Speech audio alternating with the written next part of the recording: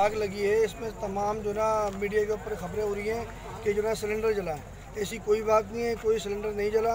Station पे तमाम cylinder check कराए गए हैं, सबकी गैसें निकाल दी गई हैं। और जो आग लगी है वो लगी है स्लीपर के अंदर जो एसी है, और एसी के अंदर जो है जो सिलेंडर है वो अलाउ है ही नहीं वैसे भी, ठीक है ना।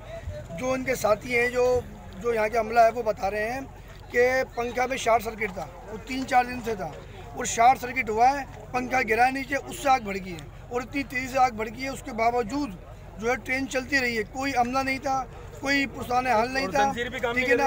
और जो उनकी जंजीर होती है, मतलब चेन होती है, वो भी काम नहीं कर रही थी, ठीक है ना। कोई इमरजेंसी की सहूलियात नहीं थी और ना आग बुझाने की फायर थी, ठीक है ना।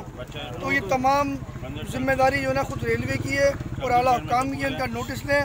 जो जमात वाले थे उनकी तरफ से कोई ऐसी बात नहीं है कि जो ना सिलेंडर जला हो। बाकायदा यहाँ के अभी सब मौजूद हैं, तहकीकात कर सकते हैं, ठीक है ना।